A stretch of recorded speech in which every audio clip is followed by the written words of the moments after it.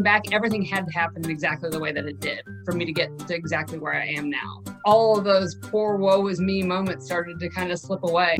The only chance after we get off that shit is to find an actual spiritual experience. I remember an old timer to say, yep, threw a brick through the front window of Macy's to get arrested. Because I didn't have any other ideas about how to stop. Well, and I had no desire and no intentions of quitting. Like when my first few weeks in there, it was probably about 13 weeks in that I finally decided maybe this isn't the worst thing that ever happened to me, and maybe I shouldn't. First, it was do drugs. Do drugs had got me into this mess, but I was going to continue drinking when I got out.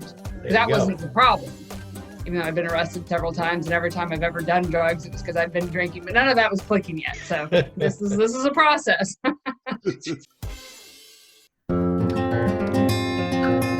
Hi there, and welcome to the Recovery Crew here at Deep Waters Recovery. I'm Dr. Bob Baer, and today's guest is Jessica Mitchell. We're lucky to have her, and she has done a lot of service work and has great recovery and very enthusiastic about helping a population of folks that really are underserved, and she's bringing a lot of juice to that mission. So stay tuned, and this will be a lively discussion today. Deep Waters Recovery is a network and a set of programs that are focused on healing trauma, overcoming dependency, transforming dependency and addiction, but also, and maybe most importantly, launching into a life that's enthusiastic and creative and is genuine for you. So reach out to us. We have a lot of different events upcoming. The Deep Waters Intensive in the spring. We are enrolling for that now. Please like, share, and hit that subscribe button to just keep this movement going. We're really glad you're with us. Enjoy the show today.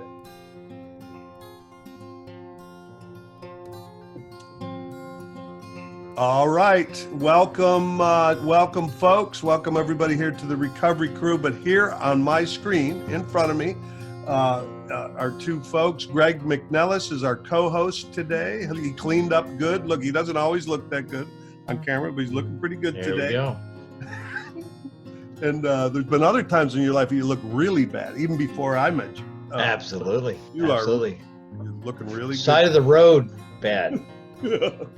Yep, he keeps it on the road pretty much these days, which is why we have him on the as a co-host on the podcast. But really today, we're really looking forward to Jessica Mitchell, who is in service in a really special way that we'll learn about today. And she's our guest today. Welcome, Jessica.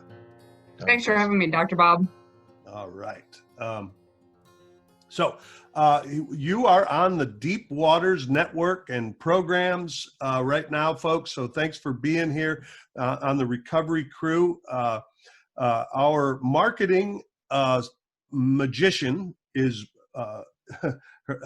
Brooke, and I'm going to ask Brooke Martin to come on the screen here if you're still there. Are you there? There she is. Yes. All right. Hey, So Brooke.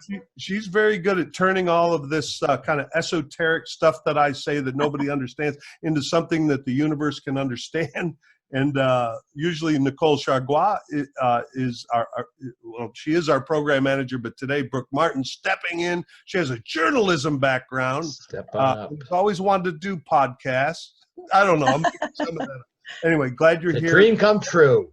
Yep. Yeah. Dr. Bob has a way of pushing limits for creativity, you know. There So, you go. so this is what it's about for me. Yeah. So Before Brooke is here to let you folks know what's happening here at Deep Waters.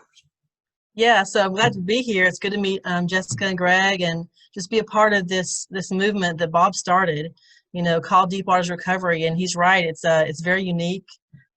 It's great seeing Bob putting his passion for helping people recover, heal, and launch into lives of just meaning and authenticity. And if you haven't watched Bob before or heard him, you know, he's very authentic and very, very unique. And I love that about Dr. Bob. So we wanted to tell you, make sure that everyone knows about the upcoming 3-day intensive weekend, the Deep Waters Intensive.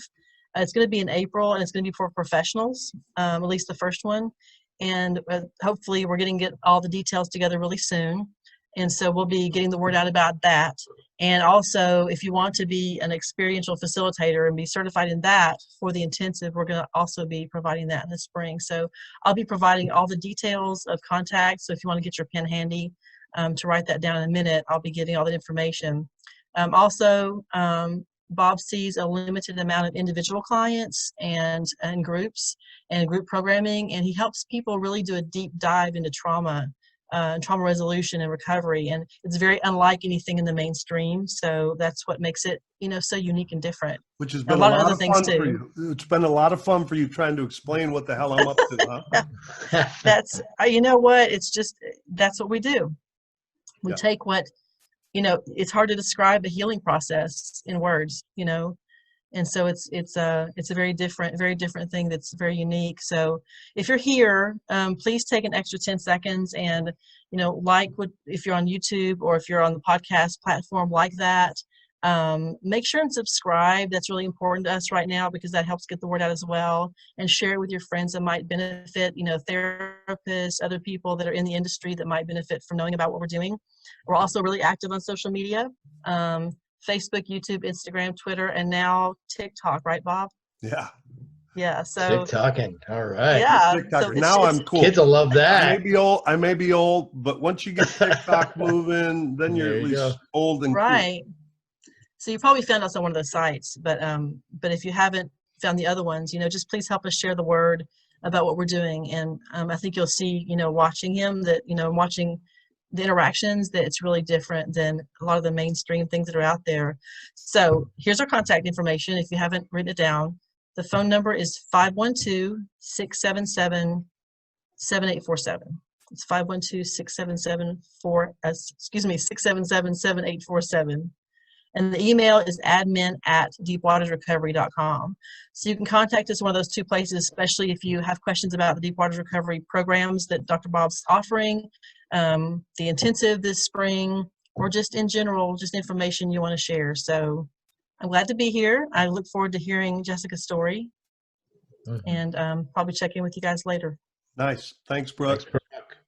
Thanks. See y'all later. Bye-bye.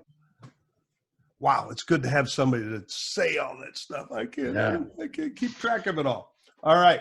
And so let's get rolling here with our guest, Jessica. Jessica Mitchell. She is a lot of different stuff. First thing is she has a story that involves felonies and U.S. Marshals and shit like that. So that's the most interesting part. Not really. She's also a hair artist, believe it or not. Look at her. Look how nice her hair looks. I just got a haircut. I don't know. Don't judge me. Don't judge me. But the thing that has got you most on fire these days, I know, Jessica, is your work as a missional. That's another one of those words that you use a lot that I'm not quite sure what it is, but a missional. I think it's to do with Kansas. Something to do with Kansas or something. I'm not sure. Yeah. That at Community First Village here in Central Texas, and she is starting a nonprofit to start a real recovery program for folks who would not otherwise have any access to the real deal recovery. So there's much more I could say about Jessica, but I hope that maybe you'll fill in some of those details before we're done. She's agreed to come on and tell her story, and we're excited about it. Welcome, Jessica. Share with us what happened, what it's like, and what it's like now, if you'd be willing. Wow, that was quite an intro. Thank you. So I was peeling off as you were talking. This is like our missional identity statement. So to give you the full, as you hear me say that, it's the full definition of this is: compelled by the love of God, I chose to make my home at Community First Village alongside those having suffered chronic homelessness. I affirm my neighbor's worth by honoring their inherent dignity, giving respect, and offering encouragement as we form relationships while building and experiencing community together. So that is what being a missional is. Okay, thank you. So, yeah, I have kind of a wild and crazy backstory. I think several of us in this process do. Definitely wasn't a boring route getting here for most of us. Not necessarily a good route, but it definitely wasn't boring.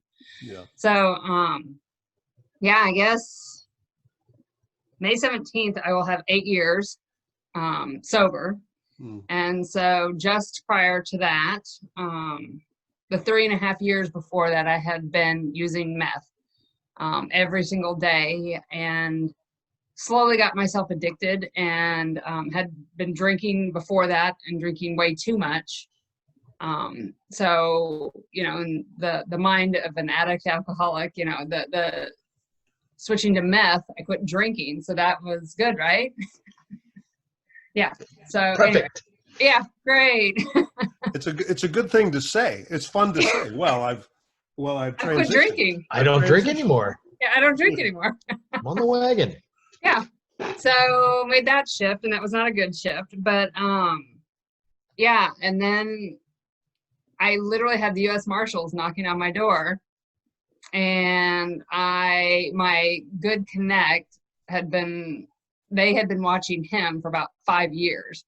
And so when I had gotten kind of pulled into this whole thing, that's when I got pulled into this federal drug conspiracy charge. And I was charged with conspiring to possess with intent to deliver 500 grams of methamphetamine or more. I think the most I had ever had on me was 12, but I was charged with 500. So that's a big difference. You must still have a mild resentment about Yes. that. At least mild. I really don't. I actually Nice. thanked the U.S. Marshals for arresting me. They were like, Yeah. nobody's ever thanked us before. And I was like, well, I know that you saved my life. And this was probably, you go down and you do this debriefing thing, and this was probably a good 10, 11 months at least, maybe even a year at this point, sitting in, it was probably 10 or 11 months. I think I got sentenced after 10 months. Anyways, it was right around that time period. But you go down and you do this debriefing thing. And it took me that long to come to that conclusion. Like the first week sitting in jail, I was not grateful that the U.S. Marshals, they had ruined my life. It screwed everything up. I was going to lose my house. I was going to lose my car. I was going to lose my business. And I was right. I did. I lost all those things. And I was angry for a while. And then, as you sit there, and my type A personality just had to let go of everything. I slowly just kind of got to this place of being content and filled what I call the black hole in my life. And, it had, and looking back, everything had to happen in exactly the way that it did for me to get to exactly where I am now. So I think that you can have this pity party and look back at your life and, oh, look at all the bad things that happened to me. But I did all those bad things. And the moment that I turned my life over to my higher power, all of those poor woe is me moments started to kind of slip away, and everything bad that had ever happened to me, you could see the good coming out of it. Yeah. For those the three of us know that our higher power was the changing of our chemistry, that feeling that we were trying to get that feeling. And then the only chance after we get off that shit is to find an actual spiritual experience. And that's when you get to that point. It's the last three people on these podcasts have said a very similar story, Jessica, that they were grateful the day they got arrested. Some part of them. And I remember that too. Saved their life. Wow. I remember an old timer. Actually, I think I just said this in the last podcast, but he used to say it all the time. He'd say, yep, threw a brick through the front window of Macy's to get arrested. So because I didn't have any other ideas about how to stop. I mean, it is an amazing, cunning, baffling, and powerful disease. We're the lucky ones. So. Well, and I had no desire and no intentions of quitting. Like when my first few weeks in there, it was probably about 13 weeks in that I finally decided maybe this isn't the worst thing that ever happened to me. And maybe I shouldn't drink or do drugs. At first it was do drugs. Do drugs had got me into this mess, but I was going to continue drinking when I got out. That wasn't the problem. Even though I've been arrested several times, and every time I've ever done drugs, it was because I've been drinking, but none of that was clicking yet. So this is a process. Not perfection. We're looking for progress here. So genius thinking. Yeah, I was still just, I wasn't going to do drugs, but, I was going to drink and then finally all these things just started like listening. I was going to AA meetings in jail because I figured that would look good to the judge. I wasn't doing anything for the right reasons. I went to church for the first time in jail. So I figured that would look good. And but it didn't matter why I was going to these things. Things started clicking. And like when I went to church, you know, there was a moment in there that just, I couldn't explain any other way other than God, you know, Nice. like there was no other explanation for it. And then, you know, in AA, just listening to people's stories over and over and reading things in the book and stuff like that, I was like, maybe I shouldn't drink anymore. Maybe that's not helping my life. And then kind of came to, and I still don't particularly like, but I came to the conclusion that I was an alcoholic and an addict. But I still don't particularly like being those things. I always say and feel better saying I'm a gratefully recovered alcoholic and addict, because I don't feel like I'm in the actions of those terms anymore. So that's always been important to me to say it that way. But yeah, so back to my crazy wild story, you know, I got sentenced. I figured that I was probably going to get 5 years. I somehow ended up with 2 years. I always called jail my adult time out. And I think that I got that sentence because God, you know, realized I had learned and was learning and continuing to do the things that I was supposed to be doing. And so I'd had enough adult time out, because I ended up with a crazy low sentence. And it was, I think that everybody realized that I was this little minnow that got caught up in the kind of this big conspiracy, the further they kind of investigated things. And so I don't think that the prosecutor was out for my blood. And I think that they kind of realized that. Were you doing recovery stuff while you were in? Yeah. So again, while I was in jail, I started going to the AA meetings because I figured that would look good to the judge, you know? Yeah. I'm The like, fake it till you make it situation took place with you. Exactly. Right? It wasn't because I was an alcoholic, and, you know, and I was going to continue to use drugs. There was no way I was going to, I mean, that was just let me out of here and get back to my life. It was the U.S. Marshals who had screwed up my whole life. It wasn't me, you know? So. Yeah, I tell a lot of new people coming into the groups that, you know, just keep coming. Just keep coming, you know. Oh, I don't know if I should be here. Well, just fake it like you like it here. And then next thing you know, that some of that stuff gets through osmosis. Yeah, So. it takes a while after our neural pathways are used to the chemical, to having our chemicals adjusted every day. And for some of us, not every day. Binge drinkers or binge users of anything, they're just, the system is used to this, and it takes a while for that stuff. And we need a timeout of some kind. And whether it's going to treatment or getting locked behind bars, or whether, in my case, I was in such pain.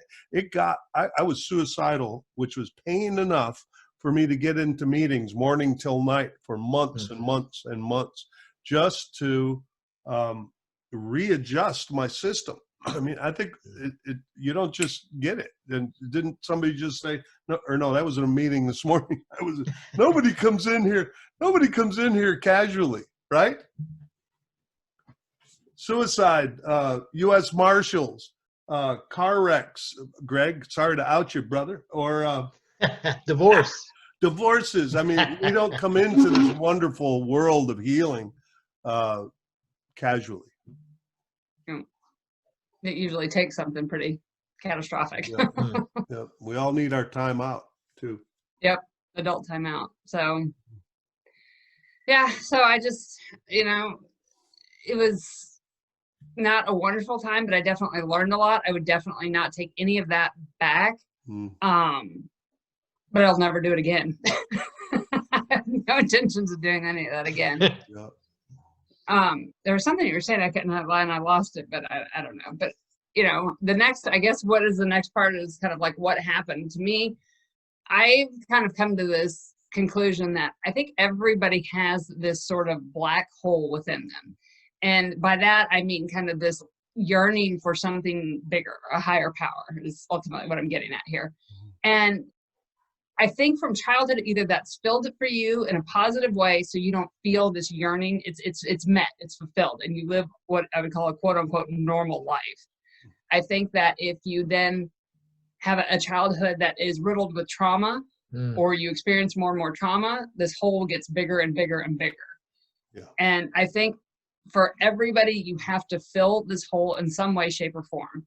Whether you do that through drugs and alcohol, whether you do that through a higher power, those are kind of the choices that we're left with.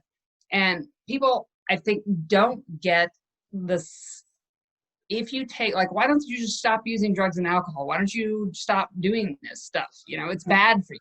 And it's like, you know that, but yeah, just stop it. Stop it. One of my favorite skits with Bob Newhart. Just stop it. So, actually, for our listeners, there is a Bob Newhart thing that you can look up on YouTube. I think it's a 10-minute little clip that is the ultimate example of how I and culture have responded to people with compulsive disorders as well as addiction. Just stop it. What? Anyway, it's really funny, but it shows. If you just Google Bob Newhart, stop it, it will come up. Yeah. And it's wonderful. Yeah. But we know that doesn't, you know, and it's not, and because the war on drugs was mostly about stop it. You know, just stop it. No. That is such a lack of understanding about how amazingly powerful this disease is, and it takes a spiritual transformation of some kind. Dr. Carl Jung said that back in the 30s, and essentially told one of the founders of 12-Step Recovery, Roland, you're a hopeless case. There's nothing I can do with you. There's nothing in this clinical world that's going to help you. You need something more than I can give you. And he was like, you know, the best psychiatrist in the world at the time, known in that way. You know, we have, whatever happened in the 30s, something came through those guys that weren't any different than Jessica, Greg, and Bob.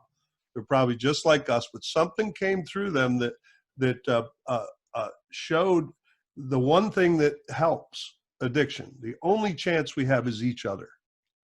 And it's so simple, but it's really profound, because we live in a culture that wants to give you a medication for it, some kind of a cognitive intervention, or some kind of a clinical intervention that is evidence-based, that is and does not have anything to do with spirituality. Make sure we get the spirituality out of here so that we can help the alcohol. Right. Yeah. Right.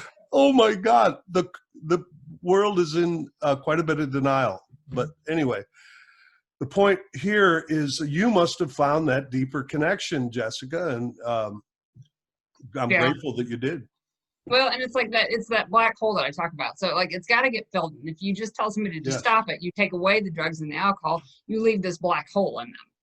And if that doesn't get filled, the drugs and alcohol are going to come back to fill it, because something has to fill it, or else it will just literally suck the life out of you.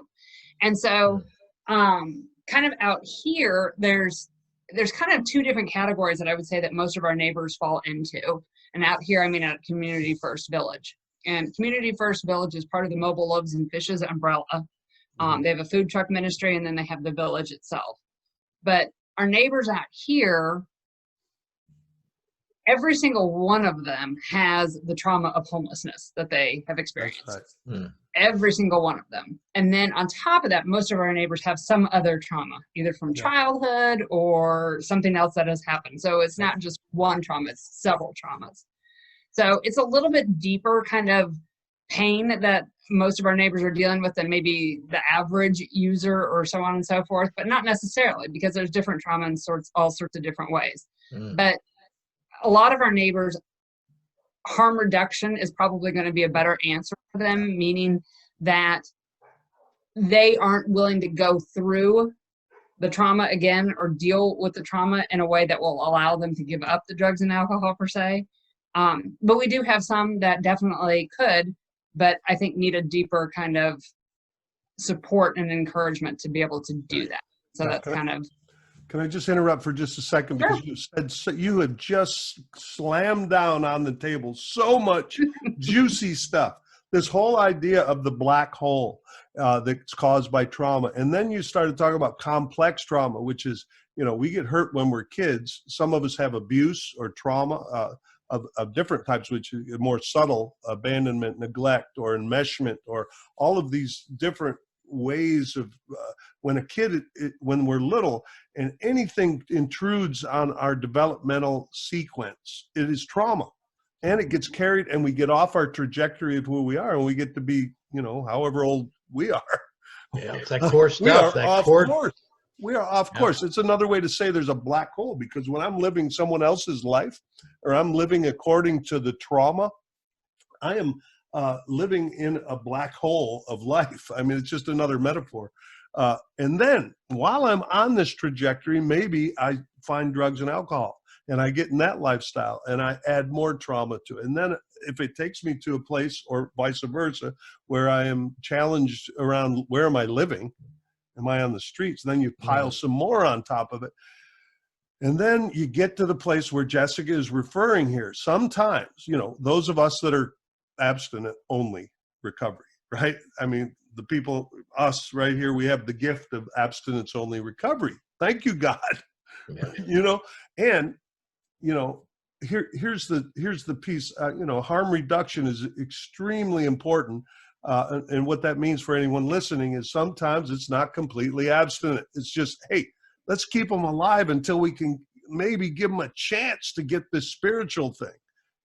So it's really a life and death intervention. It is not the solution, though, for helping a person completely heal that black hole.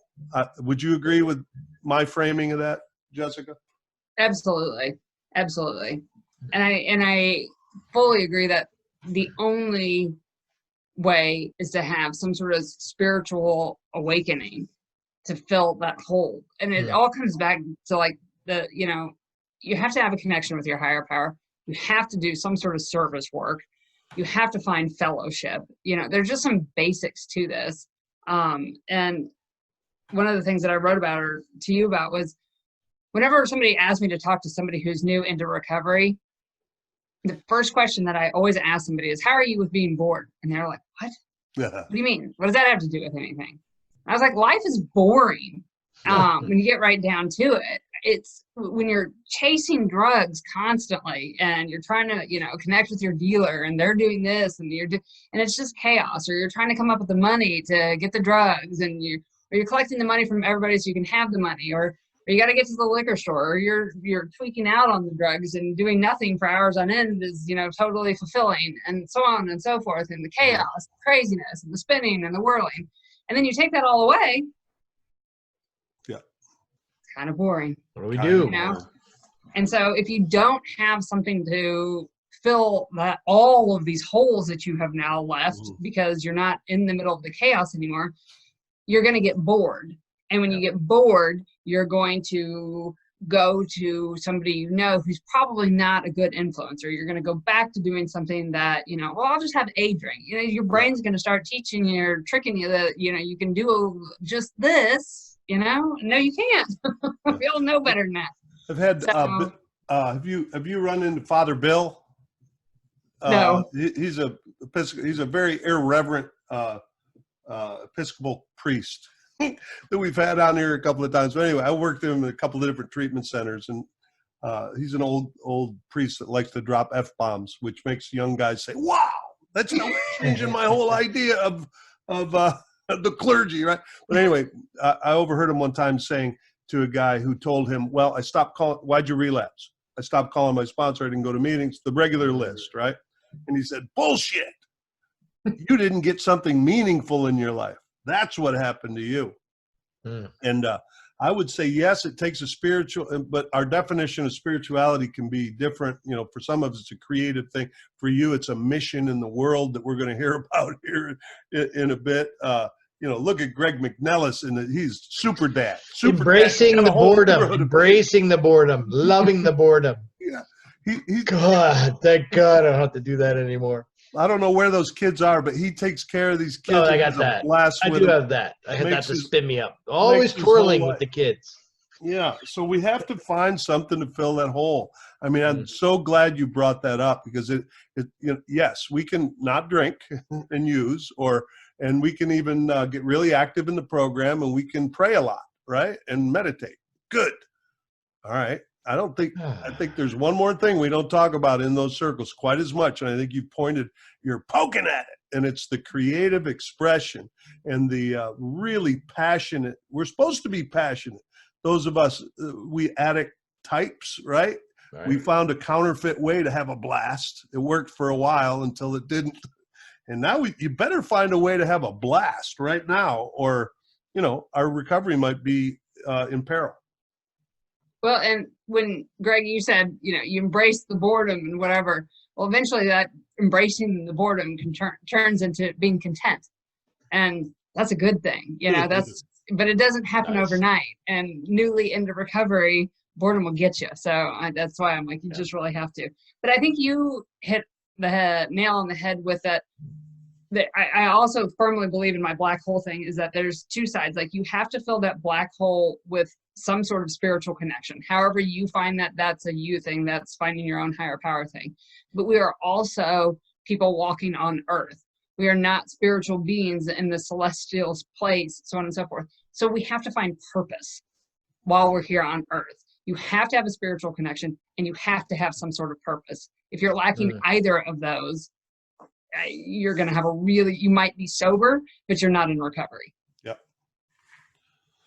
Yeah, I think you need both of those. I mean, you do need the passion of whatever it is. I work with kids, going out and teaching them water polo and competing with those guys and getting in the water with them.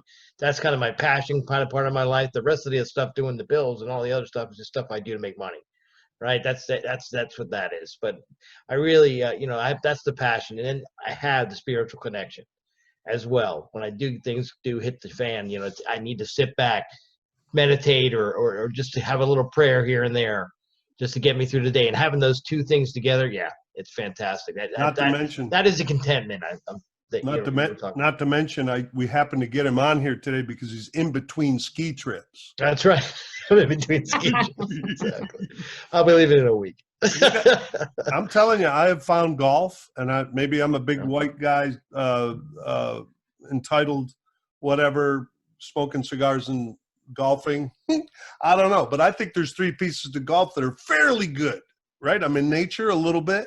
There's a little bit of a meditative quality to it, and it's a little bit of exercise. Don't I get anything? Don't I get any points? For me, walking along, the Bermuda shorts on.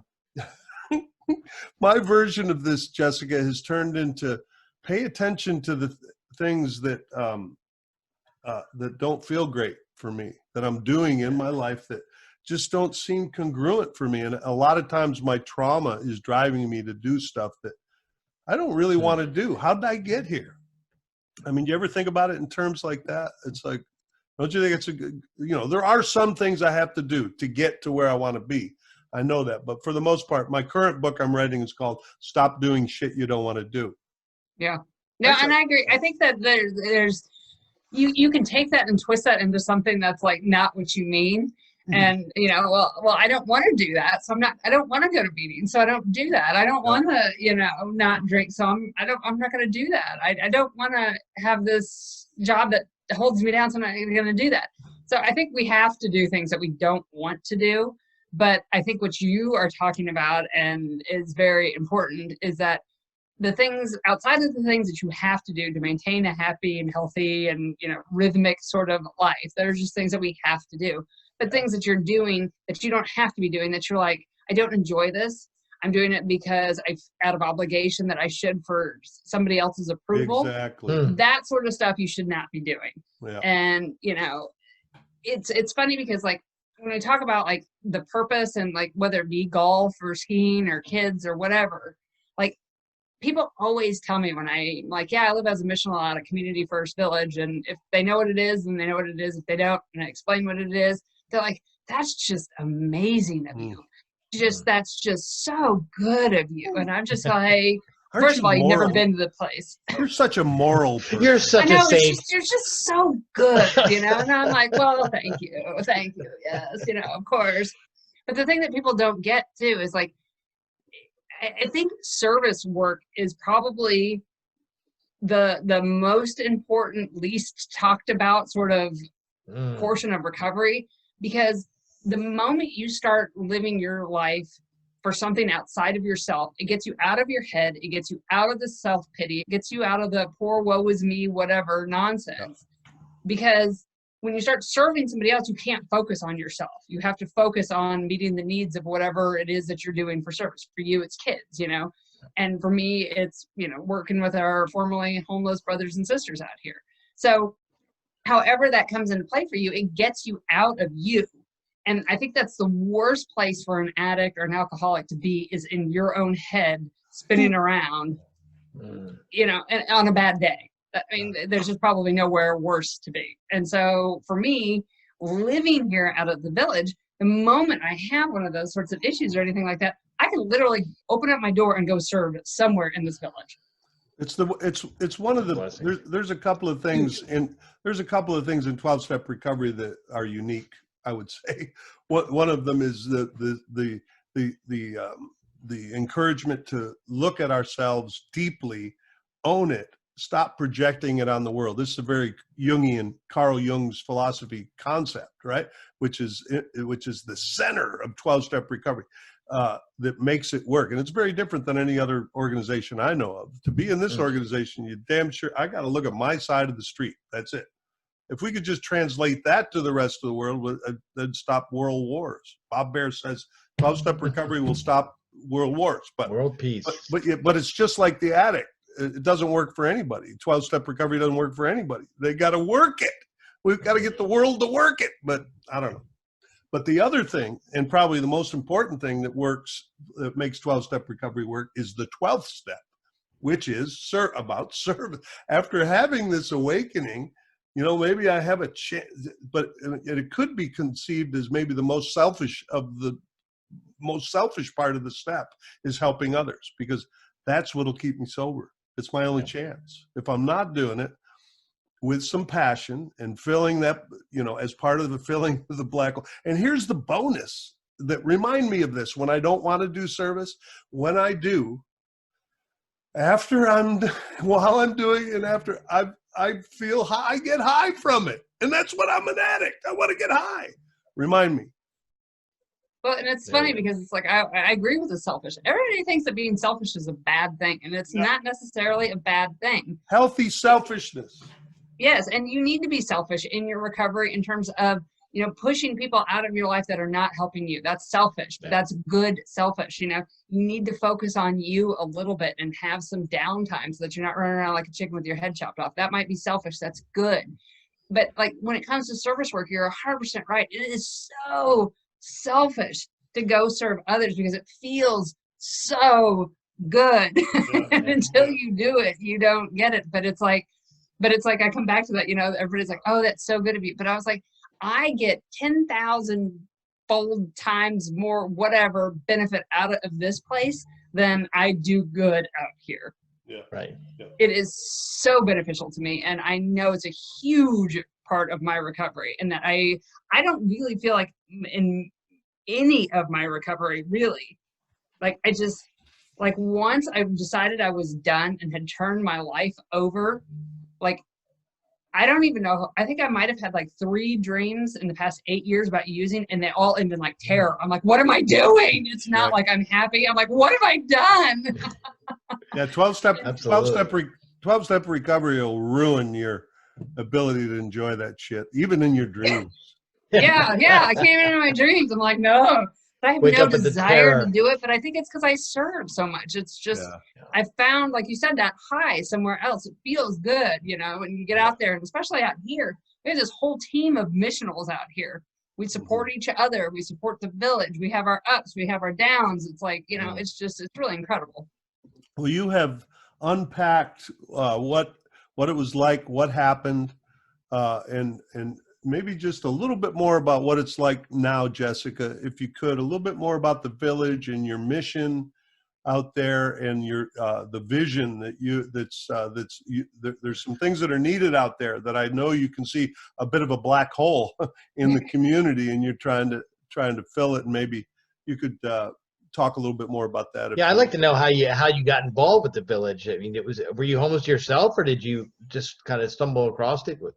So first of all, Mobile, just in case people don't know, Mobile Loaves and Fishes started off over 20 years ago as a food truck ministry to serve the homeless. And they literally started out of the back of like a green minivan and just serving sandwiches. And it grew. And then they bought one RV and they lifted one person up off the streets. And it's just grown over the years. And the big vision always was Community First Village. So it started off Mobile Loaves and Fishes with the food truck ministry. And now there's Community First Village. And then there's also a Community Works program. But where I am at is Community First Village. So everybody who lives out here was chronically homeless at one point in time, meaning that they were on the streets of Austin, Texas for a year or more. Not just somebody who's down and out on their luck for a couple of weeks. the average length of homelessness is about 10 years. So these are people who have really kind of, experienced a lot of different trauma and so on and so forth. If you go to MLF, so Mobile Loaves and Fishes, MLF.org, there is, since we can't really do tours because of COVID, there is like a 12-minute video on there that just really goes into depth about what the village is. And so you can definitely plug in that way and learn more about the village. What led me to the village was when I was released from jail and I lived in Minnesota for a year. I came back to Austin, and my boys and I started going to church. We go to Riverbend. I actually found Dave Haney in jail and then wrote him a letter. And so we have a great connection now too. So, but we started going to Riverbend, and in this process, it was really important. I wanted to get my boys out and get them serving. And kids, if you don't know, are a pain in the ass.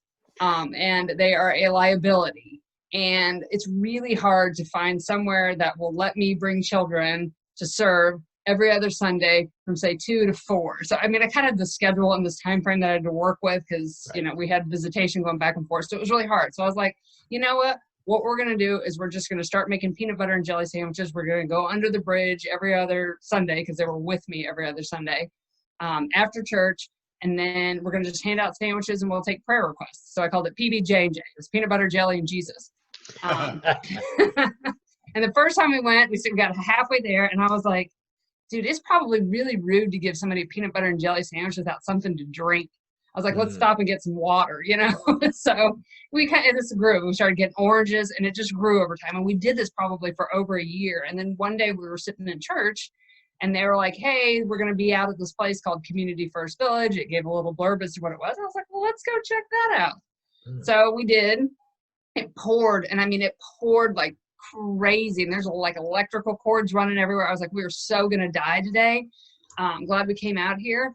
But the kids were running around. They're like, this place is great. And I was like, it is pretty wonderful. Met Alan. I was like, my kids just love this place. They think it's great out here. He's like, well, why don't you move out here? I'm like, no way. That's the craziest thing I've ever heard. I've got 2 kids. You want me to live in a trailer? I'm like, that's crazy. No, that's just crazy. And then I met this woman out here and they have 4 kids and they're married. So there's 2 adults and 4 kids and they were living in an RV. And I was like, can I see what that looks like? And she was like, sure. So 2 years later, here I am, all crazy, living in an RV out of the village. So, careful what you say is crazy. Exactly. And was in that process. Are there recovery meetings on site?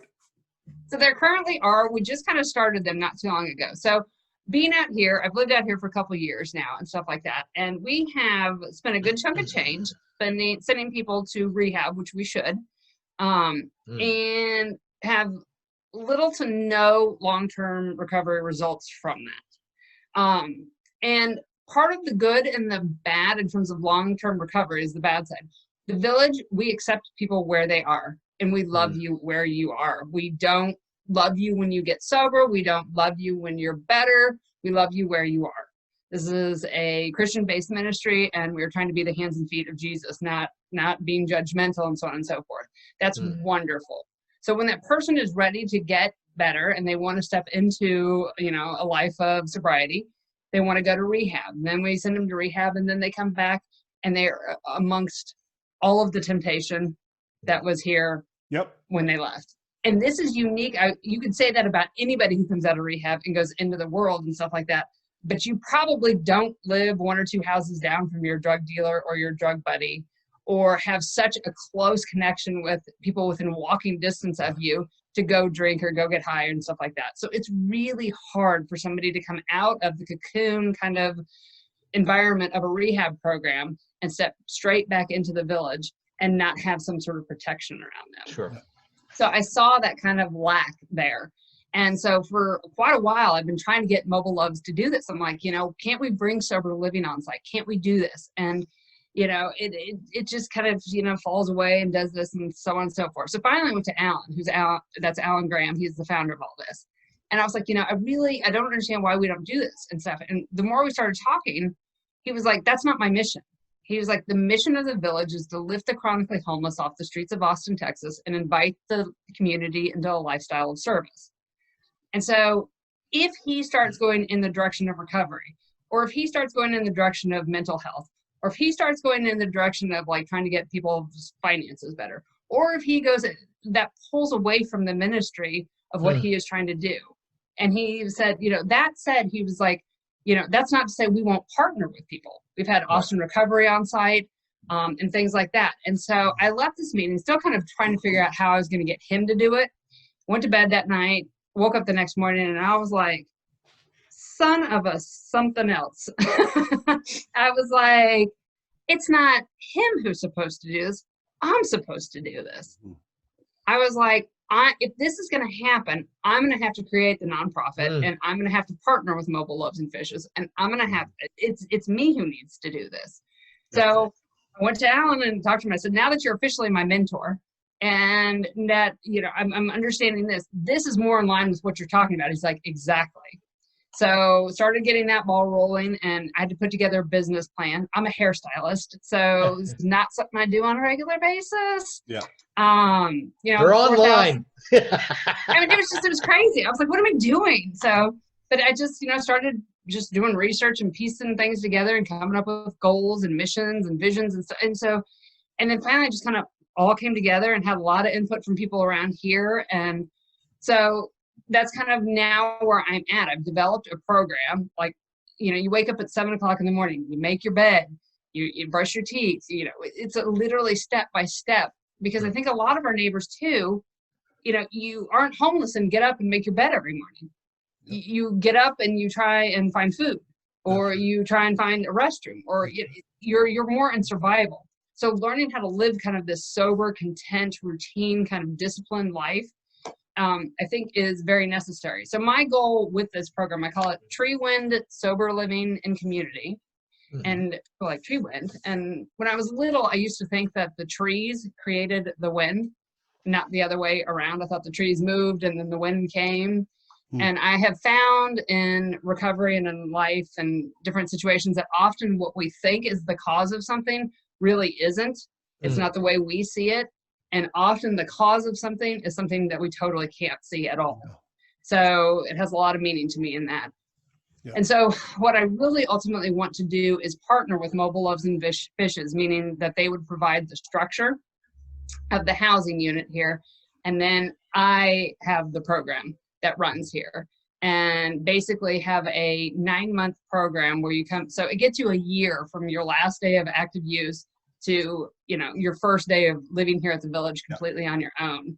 But the first 3 months is basically, I call it the consistency, or the entry phase, and it's all about consistency. And then the second part is the consistency phase, and it's over and over in routine. Sorry, the first phase is more learning everything. Sorry, the second phase is the consistency, and you're learning everything. And then the third phase is independent, where basically you're just telling me how you're doing everything, and then you get to go back into the village. So hopefully over this year, you've got that time of having that much sobriety underneath your belt. You're also going to AA meetings every single night, so your network of people that you're connecting in with starts to get much deeper. And you've also just learned all these healthy habits, and you've, had this spiritual kind of fulfillment in this black hole, but you've also found purpose in your daily life. So it's trying to connect all these things that we've talked about, and kind of through this very structured and supportive kind of fenced off area environment, to get you to that place. Well, you certainly sound like the right person to do it, Jessica. Good. I mean, you're we've had, if you've listened to a few of these podcasts, there's 4 or 5 sober living recovery programs. I say it that way because sober living done in the right way is high accountability and has some programming, not just housing folks. And there's 4 or 5 folks that are in the deep waters and are part of the recovery crew here that I'd love to connect you with, who have already stumbled through the horrors of the tricky stuff. And I'm sure they would be, we'll talk offline about that, would just love to support you on that. But, one thing they don't have is the understanding of the unique aspect of that community out there, which only you can probably pull this off. So I'm offering myself to support, and I'm asking anybody that's listening to the podcast you have any, I'm speaking to any listeners, you have any better ideas of how you could serve.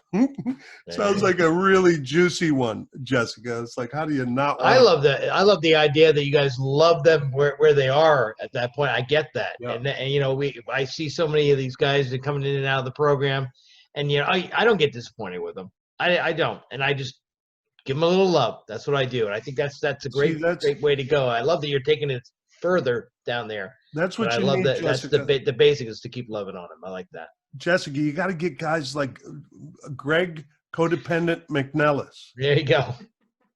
Just I'll be down there building tiny homes before you know it. Give everybody a codependency test and just make sure you get the people that are really high on it involved. Well, and it's like once we get past this whole COVID is just killing me. I know like I said, there's been good coming out of it, but like the village is just like, we were just this bustling, you know, hub of volunteerism and having just, I mean, it was just a wonderful way to get out here and connect, and it just all went boom. Yeah. And stopped. So yeah. I have a men's sober living house that comes out. Wes Phillips, he runs a sober living house here in Austin. I know Wes quite well. And we go to church together. He's a good friend of mine. And he graciously has agreed to come out, and they come out every Wednesday night. And it makes it so that we have a live face-to-face meeting, but we also, the people at the village get tired of hearing the people at the village's story. Sure. So we are able to keep it small, but it's a variety of people. And again, it's helping to build that network of sobriety, which is one of the things that I'm really trying to do here out at the village too, is kind of shift the needle of the culture out here, because we definitely have a culture of, you know, addiction and alcoholism. And if you want to do those things, you know who to go do them with. You know how to do it. But if people who are trying to get sober out here go hole up in their house and self-isolate, which is like one of the worst things you can do. So I'm trying to create these different ways that people can be sober and safely come out. And one of the things that we do out here is, I just started it. It is called Sobriety First Villagers. And we meet every other Tuesday, and you have to have at least 1 month of full sobriety, not you've used less or you didn't use for a few days. It's like full sobriety for 1 month. And yesterday, Riverbend sponsored us going on a Segway tour. So there's like 5 of us in this group. It's not a big group, but there's 5 of us in this group, and we went on a Segway tour. So we go one Tuesday, we go on an adventure. So that was our adventure. And then we go for coffee and then an adventure. So it's really kind of filling that black hole 1 cup at a time. Exactly. Segway. Little by little. So, Jessica, you know, the other thing that you have going for you is you're not just a do-gooder coming in there and saying, oh, let's help the poor homeless. You have a story, man. You've been there. You've had, you know, I've got a story too, man. I've just barely made it out of this into this age alive. And, you know, that's really the only thing we have. You know, if you still have your brain cells working like you do, you can also figure some good shit out. So you have a good story and a good brain and a good heart. And I'm really grateful you came on here, and we want to support this mission of yours in any way we possibly can. One way is we're going to be blasting this out everywhere. We're asking our listeners to do the same. Make sure you say all the stuff right now, if you would, Jessica, about how to reach you and how folks can find out more about the village and all that kind of stuff. Would you give us a little? So about the village itself would be through mlf.org, Mobile Loaves and Fishes, mlf.org. It'll have all the different ministries that they do and what's going on out here and how you can support the village itself as a whole. For me, if you want to email me, my email is Jessica Mitchell 1975. That might tell you how old I am. So Jessica Mitchell 1975 at Gmail. Everybody's doing the numbers right now. I got you beat by 10 years, so I'm not. You're so much younger than me. I'm not even running the numbers. So yeah, if you'd like to have more information about kind of like how you can get involved in, you know, the different aspects of what we're trying to do to get kind of shift the culture out here and stuff like that. Nice. All right. I also wanted to touch, it was really funny when you said that, you know, that I have a story. Again, it's one of these things that, like, my story could be my huge scarlet letter. I mean, I'm a felon, for the love, you know. It's like that could be this horrible scarlet letter, and all every aspect of my life, I have decided that it's whether it can be my scarlet letter or it can be like my, scars from my battle wounds sort of thing. Well, that's what got you on this podcast. I almost didn't let McNelis on here because he got out of his felony. I'm just kidding. Well, it's like, so at Riverbend, I was like, I don't want it to ever be, did you hear about her? Did you hear about her? I didn't know what the church was like when I joined, and I didn't ever want it to be that way. So from like the beginning, I call it their Jumbotron. I told my story up there from the get-go. And so, nobody will ever be able to say, did you hear about her? Of course I did. Her story was up there. It was a big, crazy story. It was on the Jumbotron. Exactly. And out here, it's like, it's been the biggest blessing. Like what could be like the worst thing that I ever did or happened in my life is the biggest blessing out here, because most people don't look at me and think that I'm a felon and that, I'm a former meth addict or an alcoholic. That's not people's typical first impression, especially our neighbors. And I'm like, yeah, when I was in jail, and they're like, what? All the walls come tumbling down. All of a sudden, I understand you, and I get you. We're on the same level now. I think sometimes there's an us and them sort of feeling with the missionals, like, you don't understand. You haven't been through what I've been through. All of a sudden, it's like, no, you can't BS me like that, Well, that's kind of why we had our little check-in at the beginning here. So you, to some degree, that, nobody's got it all together. I used to work at the Arch. I worked for Integral Care at the Arch. I had 4 years. You better start. They're one of our partners out here. With folks who have been living that life for a while, you better get real quick if you want to develop any, rapport of any kind. It's, but I really want to honor you for especially helping to heal the trauma, because I know what you're talking. You said there's probably more going on. We don't know if the wind is causing the tree to move or the tree is causing the wind to move. But one thing we all in this circle know is unresolved trauma is running the show. And we've got to create the roots. We've got to create safe places for people to be able to let that stuff out and get it up and out of the body. And that's what we're committed to at Deep Waters. It sounds like that's what you're trying to pull off over there, Jessica.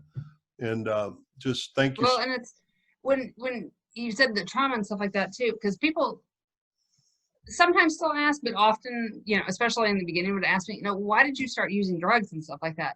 And I tried to have this conversation with my dad, and it probably was just in the last 6 months that I've been able to answer it. And I've been sober for almost 6-7 years, because I don't know, like I don't have a lot of back trauma. I don't have things that I'm trying to mask. It was my lack of spirituality. So there's something, whether, so if, I wanted to say that in terms of like, if somebody's listening to this and they're like, well, I don't really have any trauma in my life that I'm having to deal with. Why, In fact, most people come into my office with that. Look at Greg. I got a wonderful family. That's my parents are great. Yeah.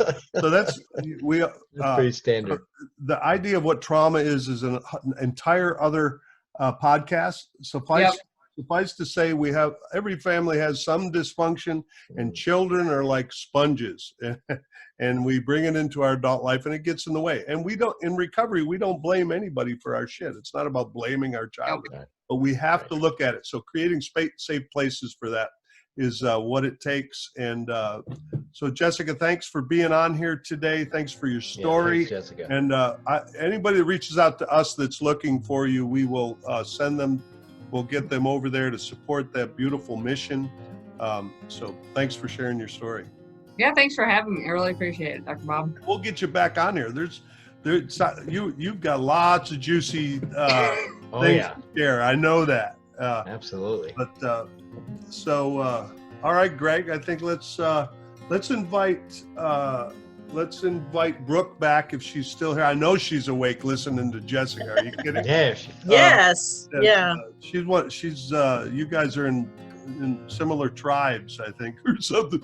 But Brooke. Yeah, you're my new best friend, Jessica. You don't even know it, Jessica, but yeah, you're my new best friend. Yeah. Well, you'll have to come out here and we'll hang, and I would absolutely love that. I just get the warm fuzzies whenever I listen to these podcasts that you guys do. So. All right, and Bob knows me. I'm not exactly always warm and fuzzy. I'm like real business. Let's get the get the word out. Let's, break it down, get the bullet points. But I sit here and think, wow, you guys You're really good at that, and I appreciate it. How about doing that right now for our folks if they want to get in touch with us? What's today's elevator pitch? Well, keep watching the podcast if you're watching now, and like it, share it, subscribe. That's really important. Whatever your platform you're on, whether you're just an audio or video, to subscribe it, because that will help us get to more people in the long run. As a reminder, we're having the DWI intensive. That's the Deep Waters Intensive in April for professionals. So it's like what you've heard from Bob on steroids. It's like, really deep dive. You get to experience what Bob does best, which is facilitate and help heal people. So if you're interested in that, please get a hold of us. And Bob also sees individual clients and groups right now. So, if you have someone that might need something like this, that's kind of a little out of the box, to let them know. Our contact information is 512-677-7847. If you're watching this on one of the platforms, it'll be on there somewhere too, so you can contact us. And email is admin@deepwatersrecovery.com. Just make sure and share this with somebody. We really need to get the word out, and join us every week for this, these great conversations that, outside of the recovery world, nobody talks about this stuff. And that's what I see. The communication that you guys have, is really valuable, because people that aren't in that world listen to this and they go, wow, these people really have done some work. I may not be an addict, but I got some stuff going on. So that's what I hear a lot, oh, maybe I'm not an addict, but wow, trauma, yeah, that's done some stuff to me. But I'm from a good family. Right. I am too, the but finest. Yeah, right. More Thanks, about that bro. later, but thanks, guys. Appreciate you. Thanks, bro. And thanks everybody for being here today on the Recovery Crew. Jessica, keep on keeping on, and hopefully people that are listening here will no more U.S. Marshals knocking at that door, right? No. There you go. Not today, anyway. One day at a time. The U.S. Marshals can take a break. Exactly. Yeah. All right, folks. Thanks for listening. Like, share, follow, all that good stuff. It helps us out a lot to move this movement and to move the movement. All right. Change the world. Yeah, you're in the deep waters now.